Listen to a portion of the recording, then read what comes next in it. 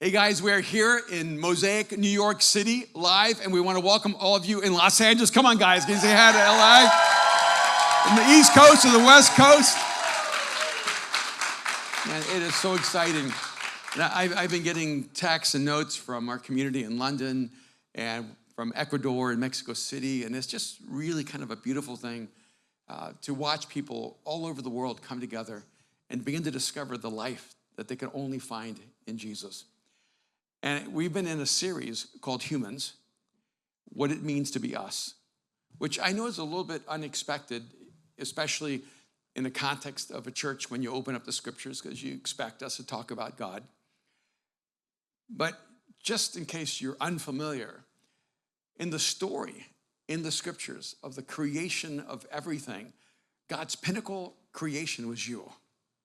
It was the aha moment, that breathtaking moment, the moment where God says, I just can't create something more divinely inspired than this. And so when he created you in his image and likeness. And if you are that important to God, then you have to be that important to us. And you should be that important to each other. And so when you open up the scriptures, it shouldn't surprise you that you can learn things about God, but that you can really learn things about you and about me and about us together, what it means to be human. And as we've been diving into this narrative, there's a lot of beauty there, a lot of potential, a lot of untapped, extraordinary capacity, but there's also a shadow side to our story. There's a dark side to our story. There's the part of our story that is sometimes really hard to make sense of. It's the broken part of us. It's the shadows of us. I've been alive longer than most of you here. And so I know that words change based on generations and times and places and circumstances. And one of the fascinating things about language is that when you have a lot of something, you have a lot of words to describe it. And when you have very little of something, you have very few words to describe it. So when I was young in the 60s, we didn't have a lot of words for mental illness. We just kind of had two words. You're crazy or you're insane. Crazy is who you date, insane is who you don't date. It was a really simple divide back then. And I know this from personal experience because when I was 10 years old, I ended up in a psychiatric chair. And back then we didn't have therapists, we had psychiatrists because therapist just sounds better. Or life coach.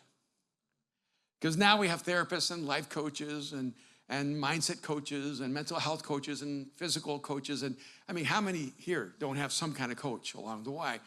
But when I was 10 or 11 or 12 and I began my own personal journey in mental health, we just had psychiatrists, shrinks, and I was either insane or crazy. But what's interesting to me is that language has radically increased. Now we have a common language. We even joke about it, right? You're bipolar, you're ADHD, you're ADD, you're manic depressive, schizophrenic. You're not just neurotic, you could be psychotic, or you could be a psychopath, a sociopath, or an empath. Our language just keeps growing and growing and growing. And of course, we all know that you're stressed out, that you've had panic attacks, and that you're struggling with depression. Because our language keeps growing, but not in the realm of mental health, but in the realm of mental unhealth. We don't have a growing language of mental health. We just describe it as mental health.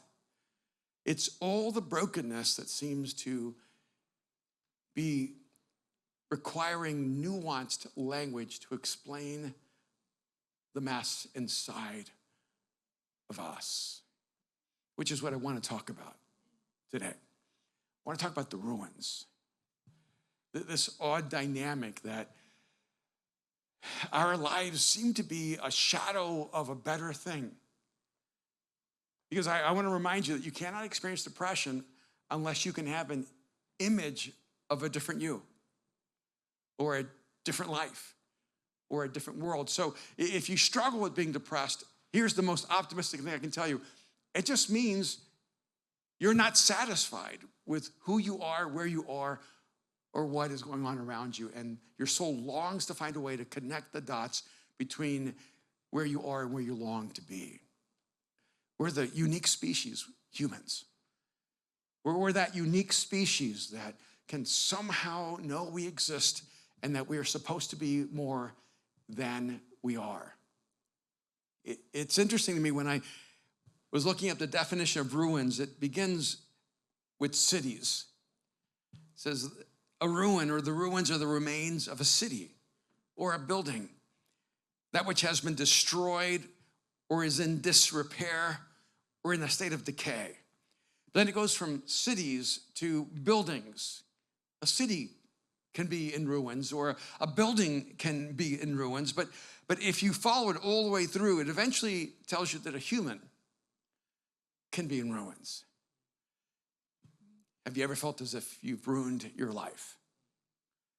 That somehow this is not what you wanted, what you hoped for, who you wanted to be. Have you ever had that thought? How did I get here? Or how did I become this? Or where did I lose my way to becoming the best version of me? Now, I've visited ruins. How many have ever visited Rome? Amazing ruins. They're sort of epic, inspiring. When you go to the Colosseum, you know why? Because there's enough of the ruins to give you a sense of the epic nature of the original. But I remember traveling to Athens thinking it would be like Rome, because I admired the Greek Empire more than the Roman Empire, so I expected the Greeks to have better ruins. But their ruins are ruined. I mean, they did not take care of their ruins. And then I've been to Cairo, and there are no ruins. There's the pyramids and the Sphinx, and then it's desert and Cairo, and everything else has been ruined. But the pyramids, those still blow me away.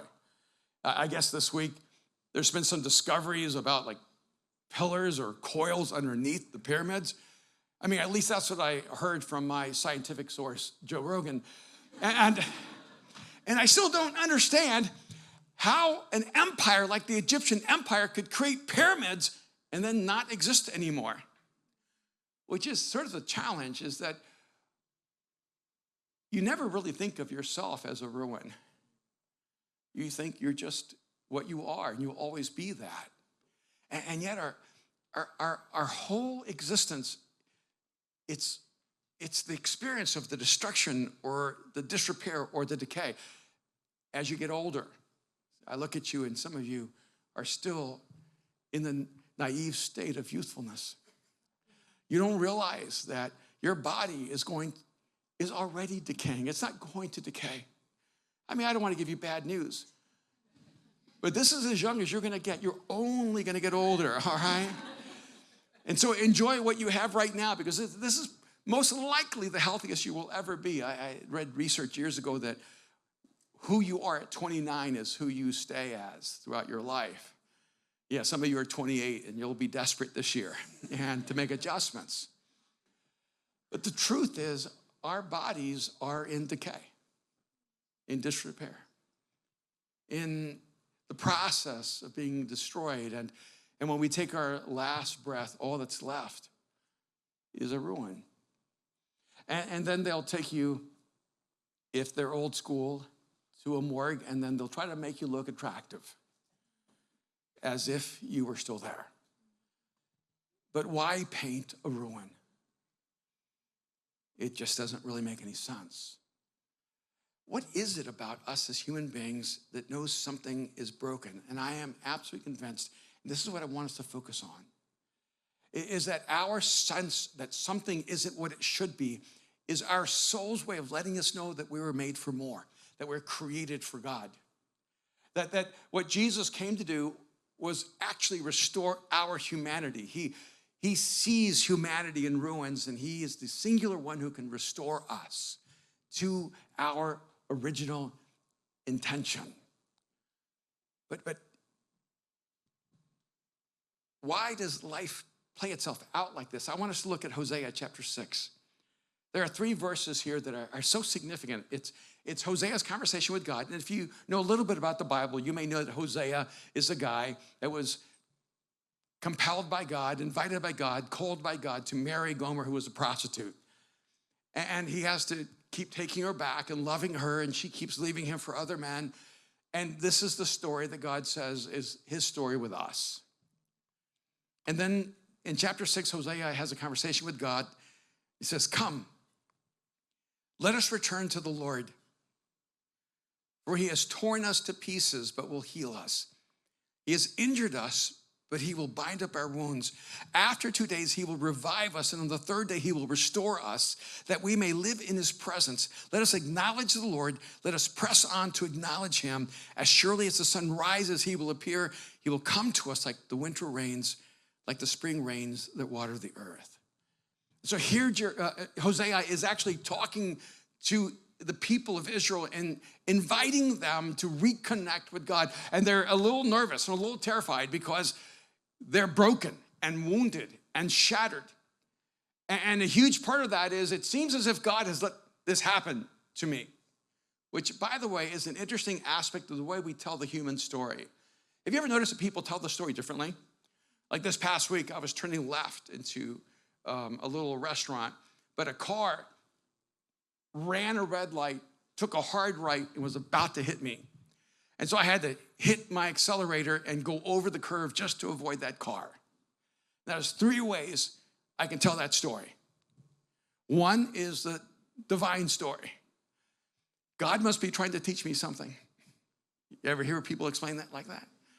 You know, God saved my life, or he's trying to teach me something, because God is sovereign. God's in charge. Everything's under his story. And then there's the next layer of story, which is the story of good and evil. The devil is trying to snuff me out. And because it's a battle of good and evil, and so this has to be evil working against me. It has to be the devil trying to ruin my life. And there's also the human story. That guy ran a red light. He just made a bad, selfish choice and almost killed me because of it. And all of our life, we will float and travel between these different narratives. And they tell us more about us than they actually tell us about reality. But here Hosea is saying, look, we are broken and shattered. And God has allowed our life circumstances to come at us so hard for one singular reason: to help us find our way back to him. And so the pain inside of you and the wounds inside of you and the hurt inside of you and the struggle, the fears, the frustration, the failures, the rejection, all of that, is it possible that that's a part of the story that we're in? Because God is desperately trying to get our attention and trying to help us rediscover what it means to be human and reconnect to him. Well, there are a few things that exist inside of all of us that let us know we're in a sense, ruins ourselves in destruction, decay, or disrepair. And one of them is our inescapable fragility. We're all just fragile. I mean, some of you're tougher than other people. And some of you look tougher on the outside, but you're just soft on the inside. And some of you look so healthy, but you're tormented. Have you ever just stopped by yourself and thought, how did I get this hurt? Or how did I get this wounded? Or how do I get past this pain? What is it about us human beings where we are so endlessly fragile and we hurt each other all the time? I mean, how many of you haven't hurt somebody you loved? How many of you haven't had those moments where you thought, why can't I be more trustworthy with the relationships in my life? What is it about me that if someone gets too close, they experience the jagged edge of my soul? And it reverses out the other way too. How do I make it through life without getting hurt? Anybody have that goal? I mean, life is supposed to be easy, right? Life should be natural. Life just should be a flow, but life is brutal. I know I'm not supposed to say that on Sunday, right? I'm supposed to tell you life is awesome, it's good, it's easy, and especially if you believe in God, and it doesn't work out that way. I think that's where some people get so disappointed and disillusioned. They think, oh, if I follow God, my life gets easier. I have a feeling, I have a sense that if you follow God, your life may get harder. I'll give you one reason why. Have you ever noticed that we just seem to be like factory defects? We attach to negative emotions faster than to positive emotions. And negative emotions attach to us harder and longer than positive emotions. I mean, don't raise your hands, but if you ever go to therapy, they're going to help you work through things like bitterness, unforgiveness, anger, resentment, fear. And that journey is a long journey. Why is it so hard to get rid of all the negative emotions? You'll never have to go to a therapist because you have too much hope. Like you're never going to need to be in a session going, I'm just too happy. I don't know what to do. I wake up in the morning. I'm exhilarated about life. I'm just so full of joy. I mean, it's like I'm almost manic with excitement about life. You're probably not going to be treated for that. Life has a treatment. It's called tomorrow. Because one minute you're full of hope, and the next moment you're hopeless. One minute you're just so happy to be alive. The next moment you're like, why am I alive? Every positive emotion seems to pass through us. Every negative one seems to stick to us. What is it about us human beings? It's because of our inescapable fragility. There's something broken in us that draws toward the darkness and not the light at times. And here's the crazy thing about it. If you want to be the worst version of you, guess what you need to do? Nothing. If you do nothing, you will be the worst version of you. In fact, if you want a free seminar on how to be the worst version of you, here it is. Don't even try. It will just come naturally. Just do nothing and you will be the worst version of you. You know what you have to do to be the best version of you? Everything. Being the best version of you takes hard work. It takes discipline. Why? Why should it take hard work for me to have integrity and no work for me to have none? Why should it take hard work for me to be compassionate and no work to be apathetic? Why should it be so hard work to live a life filled with hope and it takes no work to live a life with despair? It's because there's something fragile inside of your soul that's broken. And it's a reminder that your soul is searching for something that this world simply cannot offer you in and of itself. Trent Reznor wrote these words when he was with 9 Inch Nails, and they really did haunt me when Johnny Cash brought them back to life. He says, I hurt myself today to see if I still feel. I focus on the pain, the only thing that's real. The needle tears a hole, the old familiar sting, try to kill it all away, but I remember everything. What have I become, my sweetest friend? Everyone I know goes away in the end. And you could have it all, my empire of dirt. I will let you down. I will make you hurt. I wear this crown of thorns upon my liar's chair, full of broken thoughts I cannot repair. Beneath the stains of time, the feeling disappear, you are someone else, and I am still right here. If I could start again 1,000,000 miles away, I would keep myself. I would find a way. Why is it that all of us can resonate with the hurt? We all connect in the pain. We all understand each other in the wounds. It's a part of the human story. It's the ruins of us. That even at our best, there's still something missing in our souls. But there's also this pursuit of nothing.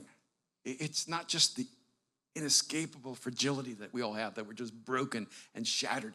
It's also this intense sense that no matter what I pursue, there's still something missing. It's this pursuit of nothing.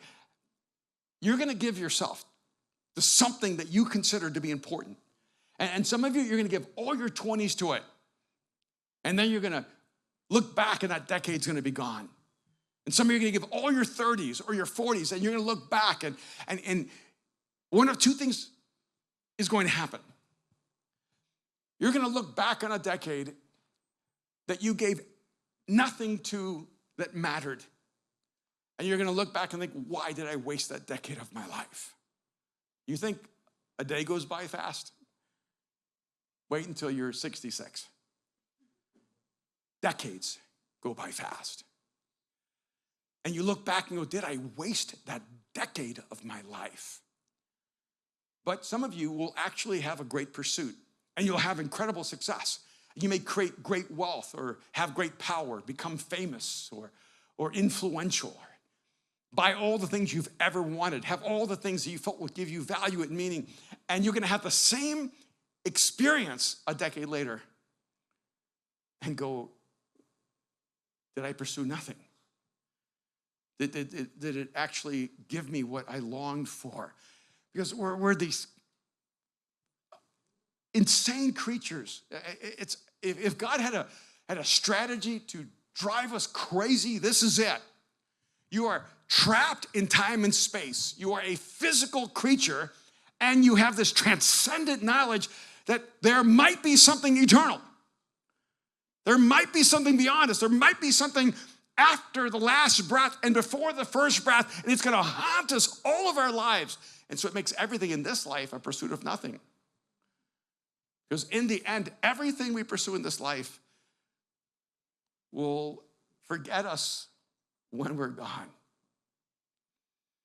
And this is a part of the ruins of the human species. That we live for things that have temporary value when we're created for eternal meaning and eternal purpose. It's why nothing in this life will ever satisfy your soul. But there's one other ruin that I think is significant. It's one that says we're broken. It's our inescapable fragility, and one that says we're empty. It's our pursuit of nothing. But the other one is this fear of being alone. It's our intoxication with romance. I have never read Jane Austen. I'm just going to be honest. But I have watched her movies. And I've watched Pride and Prejudice. That's it, right? Pride and Prejudice? Yeah, it's seared into my brain. I've watched Pride and Prejudice so many times that I'm not in double figures. I think I'm in triple. I think I'm in triple figures. And I just heard they're going to do a re-release in theaters. I'm there. Like, I'm there. I know I'm there. It's because I love my wife. And Kim loves Mr. Darcy. And I can tell you, I have a solid sense of self. You know, I'm somewhat secure because I can sit next to my wife while she's melting over Mr. Darcy. And I see her look at him, then look at me with sadness and disdain, and look at him and look at me and look at him and look at me. And it's this intoxication with romance. Why can't you be Mr. Darcy? And I said, that guy, he's in Succession. He plays a character named Tom, and you would hate him. You don't know who he really is. That's who's behind Mr. Darcy. And she goes, I will never watch Succession. I will not let him ruin Mr. Darcy for me. You know why? It's because all of us long for there to be a love worth everything. We want that to be true. We want it to be real. We want it to be ours. Is that the stupidest or craziest thought we have as human beings? In fact, when I look at like evolutionary theory, I've always thought love was like the asterisk. Love should not exist if evolution is absolutely accurate. Because love makes you vulnerable. Love will get you killed. Just listen to me right now. I was walking through Madison Gardens last night, and I saw this couple kissing, young couple, looked like 21, 22. I wanted to scream, it's not going to work. You might as well stop now. Love is an illusion. Don't you ever just want to know? And I might have not said that. But I remember my brain just screaming it out because I was thinking through today. Well, here's the problem. It's like, there it is. It's everywhere. It's like this intoxication with romance to believe there's someone who will love you completely, even though they know you completely. You know you have to keep a part of yourself hidden to be loved, to be accepted. And yet we're all intoxicated with this possibility. Is it possible that there is a love that actually exists somewhere out in the ether that would see me and know me completely and love me without condition? Is there any love that would not reject me or abandon me? Have you ever taken the risk of loving completely and then being brokenhearted? It's the worst feeling in the world, isn't it? Because you are never more vulnerable than when you give someone your heart. And it's this belief, and yet, it's this belief in love, and yet no matter how many times the theory is disproved, you will try again. Because your soul won't give up on the possibility of someone loving you completely. And I realize now, the longer I live, the more intoxicated I am by love. It's, for me, the singular proof that there is a God. Because as I live my life, I see the dark side of it. I am still struggling with my fragility. I still have broken parts of me. I still have damage. One of the first songs I ever learned how to play was Neil Young's The Needle and the Damage Done. And the needle for me was always the pain of rejection or the feeling disconnected or the fear of being alone and not ever belonging. That's the heroin that kills, is our desperate attempt to be seen and to be loved. And it's so hard because it's not just that we can't find unconditional love, it's that we can't give it. And in that, we become so disappointed with ourselves. What's wrong with me that I cannot love this person the way they deserve to be loved? One of the unique moments in my life was when I met my wife, Kim. And we began to be friends, and I set her up with one of my friends. That didn't work out for them. And I didn't set her up with my best friend. And just an in-between so she could see how awesome I was. And I remember going to this mentor of mine. His name was Bob. And he was much older than me, and he was one of the people who helped me in my faith. I said, Bob, I never thought I'd get married, but I'm thinking about marrying this girl named Kim. He goes, well, tell me about her. And I said, she was an orphan. She was abandoned in a government project when she was 8 years old, left starving, and lived in a foster home from the age 8 to 18. And she was basically a child slave working tobacco fields for that family as free labor. And she never heard I love you one time in her life, and she never had a single piece of clothes that was hers, that wasn't a hand-me-down. And they limited how much water she could have and how much food she could have. And I don't know why, but I think it would be a privilege to love her in a way that she deserves to be loved and has never known love. And at that time, I was a bit of an anarchist, and no, not just a bit. And he said, Erwin, this is exactly who you should marry. And I said, why? Why would you say it? He goes, because you are such an anti-materialist. You hate everything, every institution, every corporation, every rich person, everything that is, you kind of have a disdain for it. You want to destroy it all. But marrying this girl who has never had anything will ignite something in your soul. You'll want one day to buy her a house, because she never had a home. You'll want to create things and do things and make things and earn things because of your love for her. It took a little bit, because when we got married, we slept on the floor because I wouldn't buy a bed. Because I said a bed is a luxury, not a necessity. But I did have a stereo because music is essential. And she just journeyed with me, sleeping on the floor, never complained. She would just put blankets on the floor and pillows, and that's how we lived in the first part of our marriage. But it did shift me, because love is dangerous. Love changes you at the core.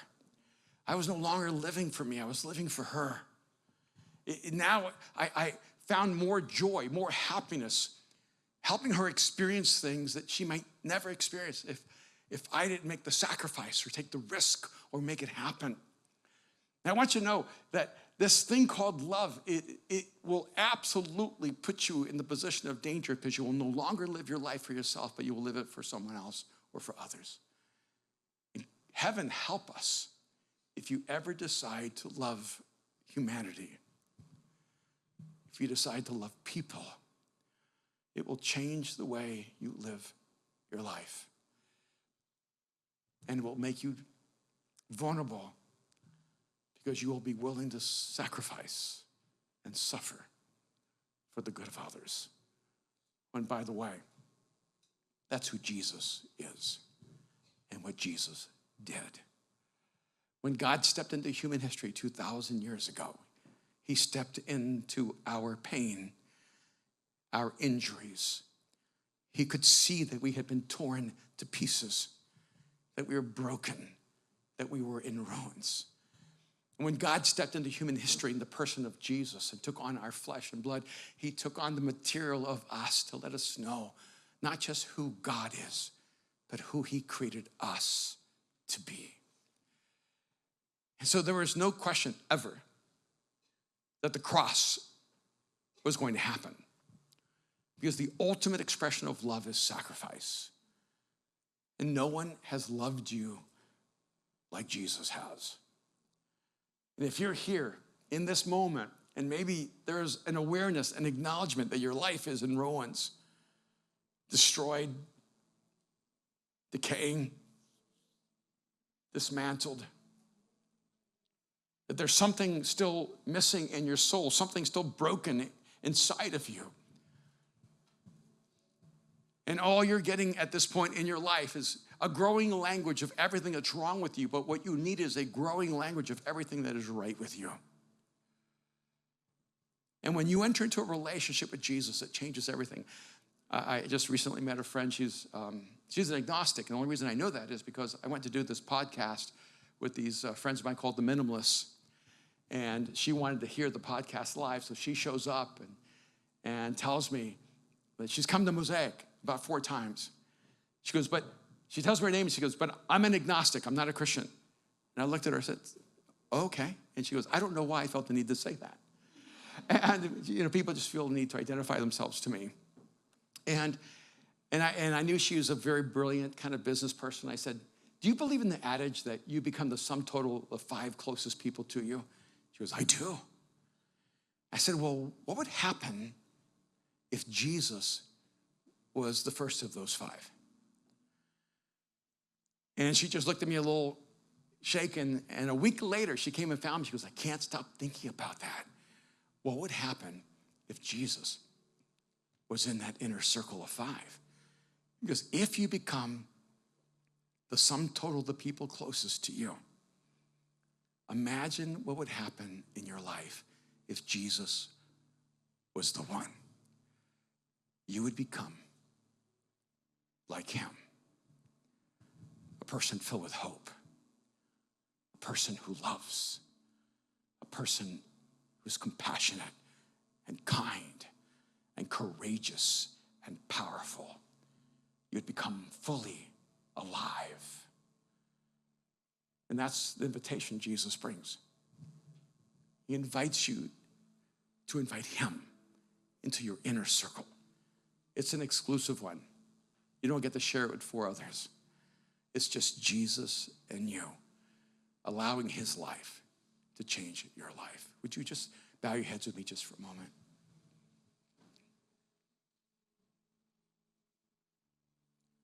You may be here in this moment, and you've never crossed the line of faith. You've never invited Jesus into your life.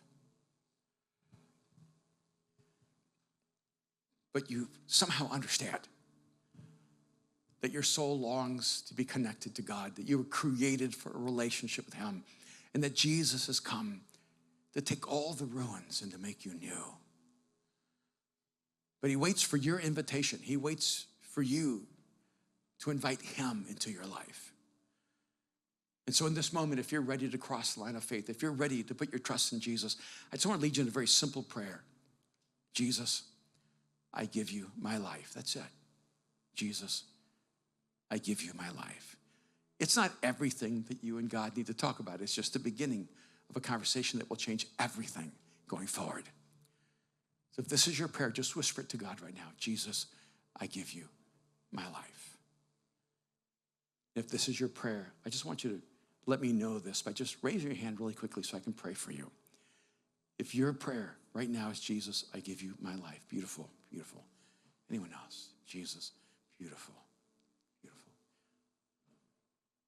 Father, I thank you that you meet us where we are, that you love us without condition, that your love pursues us, and you're not blind to us. You see us for who we really are. You see every aspect of our being, and your love is relentless and unstoppable. And God, I thank you that you're the God who heals our brokenness when we feel torn to pieces and shattered. You're the God who puts the pieces together to create something beautiful and new. You're the God who gives us meaning and intention so that we do not pursue nothing and end with our lives and our hands empty. You're the God who is the true romance, the source of absolute and unconditional love. And Jesus, we thank you that you proved to us that love can exist and walk among us. We thank you for new life. We pray in your name, Jesus. Amen. Can we just thank God for those who've just opened up their lives to Jesus right now? So good. So good. Yeah, I want to just reinforce a couple of quick pieces of information for you. One is we came here on the wave of miracle, to be honest with you, because, somebody asked, what's our strategy? Our strategy is miracle. We came here without a location. We came here without a team. We came here without a staff in New York. We just came. Said, our strategy is a miracle. And your being here is a miracle to us. And going forward, one of the things I've learned over the years is the context for miracle is sacrifice. If you want God to do big things, you sacrifice and do big things. And God shows up in those beautiful moments when we show up. So there's no magic here. Everything we're doing is based on the sacrifices and commitments that those of us who follow Jesus are bringing together. So I want to invite you to join us in giving. We have a QR code right here. You can put your phone up there. And I want to encourage you, if you believe in what's happening here, if you believe that this is the right moment for Mosaic to be in New York and this kind of community is needed, I want to encourage you to become a recurring giver here at Mosaic, because your giving allows us to have the resources to keep moving forward with courage and faith, and it's so exciting. And I just want you to be a part of what God is doing here as well. And so it's exciting. We don't have a budget. We are just believing that as God calls you, all the resources that are needed are going to come together. And so we're pretty wired by that. And then on top of that, we are going to do Good Friday. So I'm going to fly in and do a live Good Friday gathering with you guys. And then we're going to we can cheer, we can celebrate that. We have fun. And then we don't know how, but we're going to do Easter, okay? Like we end up with a gazillion gatherings in LA and all around, and we don't know how we're going to do it. This morning, we just looked at each other and thought, we can't not show up for Easter, all right? So pray, because we don't know how it's all going to come together. It's going to be awesome, and you're going to help make that awesome. So by the way, we need like a growing team. We need like musicians. Musicians are people who can actually play. And sing and things like that. Not like, oh, I love music. I'm awesome in the shower. Stay in the shower. And we need people who can host. We need production. Oh yeah, poor Austin never sees his wife, and he needs a production team. If you want to serve in production, talk to Austin. If you want to serve in worship, can you talk to Andy or Carlos? If you want to serve in any area, like we probably haven't even thought about. But if you think, I wonder if they need that, the answer is yes. All right. But the one way we can all serve is through giving. Oh, full circle. And so that we can all together create the future that God is breathing into our imagination. And college, you going to come? Yep. All right. Hey, love you guys. We'll see you next month.